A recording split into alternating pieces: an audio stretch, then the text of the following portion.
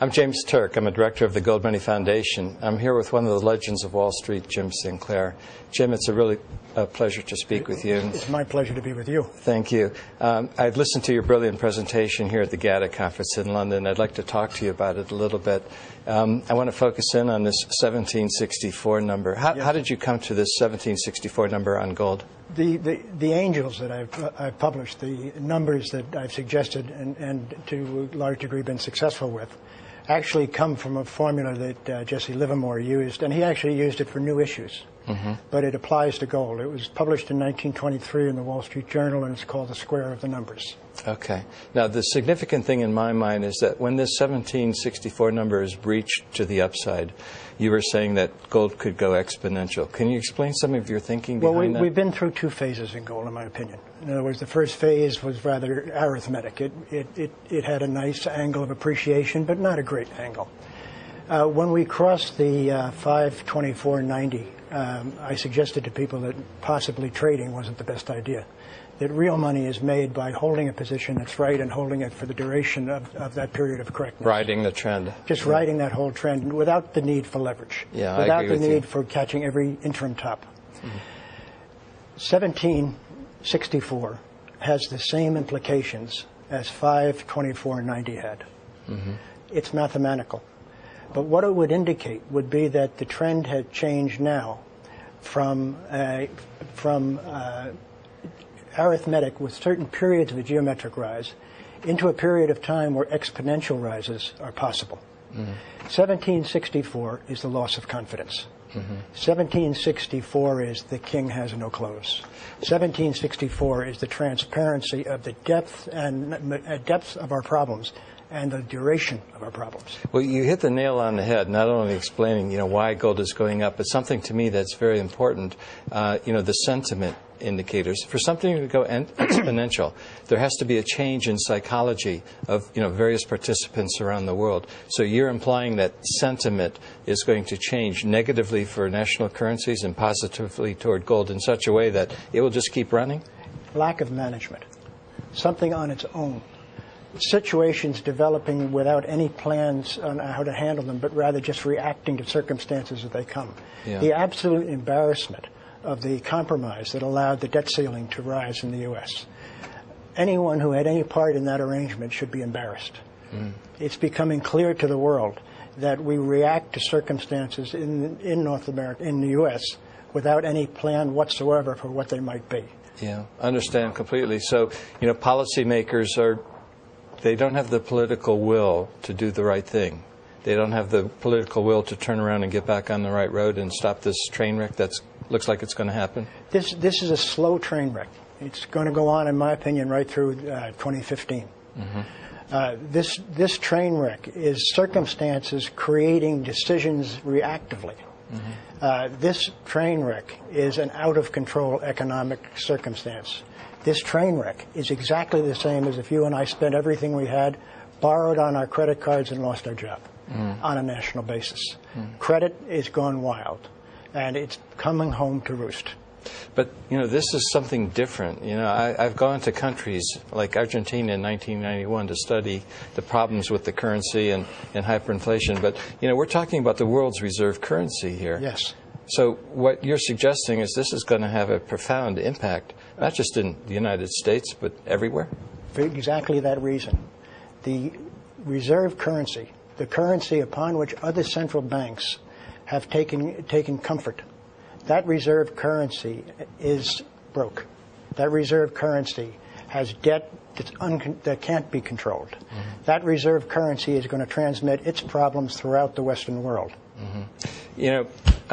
You probably remember from the 1970s when John Connally was President Nixon's secretary, and we were having one of the many crises, probably 1973, with regard to the dollar. And Connally said, well, the dollar is our currency, but it's your problem, speaking to the rest of the world.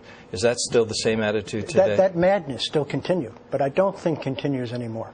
Because I think that madness has been brought into the light of reality by the increase in the debt ceiling, based on nothing whatsoever, on a very poor compromise, on doing nothing, on just making a piece of paper, of just doing theatrics for TV. Well, this is interesting because what you're basically saying is the debt ceiling process, where they finally did increase it after all of this political posturing and whatnot, that was sort of a wake-up call, not only in America, but also the rest of the world as to... It was a total shock. Yeah. I don't think any economic event in modern history has been as embarrassing as the so-called compromise, the so-called bill, and the so-called lauding of that accomplishment, and the market the next day looking at it and defining it as totally fallacious.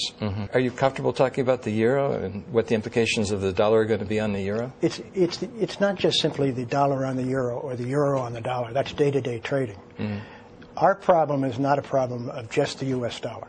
It's in the entire Western world. Fiat currency? Fiat currency of the entire Western world. What we lose, others gain. Yeah. There was a time when we had it all, and there was a time when we gave all of that back. Yeah. It's not simply what is Greece going to do today or tomorrow. It might be what is New York State going to do today and tomorrow. Or Illinois or California. And media, right. And media has focused on the euro, and our rating agencies are totally Europhobic. While if they were to turn the mirror around and look the other way, they'd see the exact same thing. So it's the trading that will take place between the euro and the dollar are purely mirror images reflecting whatever the flavor of the day is. It's an entire Western world currency problem that is endemic because of the dollar, which transmitted the problems of debt, not simply from the U.S., but to the world. And they all went nuts on the derivatives. And they've created this pseudo-money going around the world, which before the Bank of International Settlements changed their measure, was quadrillion, not trillion. And that specter is still in cyberspace, waiting for any opportunity to surface again. Yeah, so they've all been bitten by the fiat currency disease. And we can't just talk about the dollar. Greed. We really got to talk about everything. Greed. That's human nature, right? But human nature to the extreme. Who needs enemies when we have the financial leadership we have? Yeah, I understand completely. So if gold goes exponential against the U.S. dollar when it clears 1764, by implication, it's going to go exponential against the British pound, the euro, and pretty much everything else. In every single currency, to the differential of how that currency trades against others. But in all currencies. Unless the central bank in that particular country wakes up and adopts sound money policies. But how can you now? How can you adopt sound money policies when the adoption of those policies will open Pandora's box of this enormous amount of derivatives still floating around the world? Will open the Pandora's box of the lack of balance sheet integrity in the U.S. banking system. When you're allowed to value your asset at anything you think it's worth, how can that be balance sheet integrity? Yeah. All of this, we're coming to a point now where all of this is just waiting to explode from underneath the contraction that's taking place around the world in the second dip or the double dip that we're having in this recession, or maybe the beginning of a depression. I see. What comes out in the next few weeks from the central bank will be a great determinant of whether 1764 is breached. One thing you also said in your presentation is that one of the best ways right now is to own physical gold, and you continue to own it because it's still relatively good value? The ultimate protection for yourself is to own and be your own central bank. Yes. And being your own central bank would be the first step of owning gold rather than the reserve currency dollars. You've taken the words right out of my mouth. I couldn't have said it better. Well, that is ultimate. Yeah, I agree. Any parting comments that you'd like to share with the viewers? This is going to be seen by thousands of people, all around the world. Well, we are right on the cusp of what I believe is going to be a very difficult and serious situation.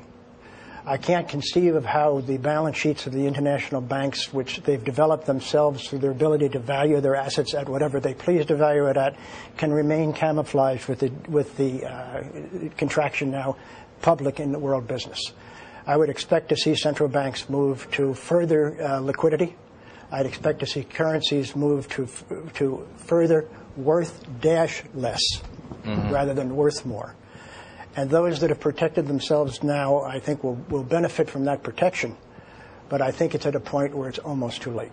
Yeah, they'll benefit and help them get through the valley and be in a much better position when we finally work our way through this problem that we're facing. Exactly. Yeah. Jim, thank you very much. This has been a real pleasure, and I appreciate you sharing our thoughts. It's my pleasure to speak with you. Thank you.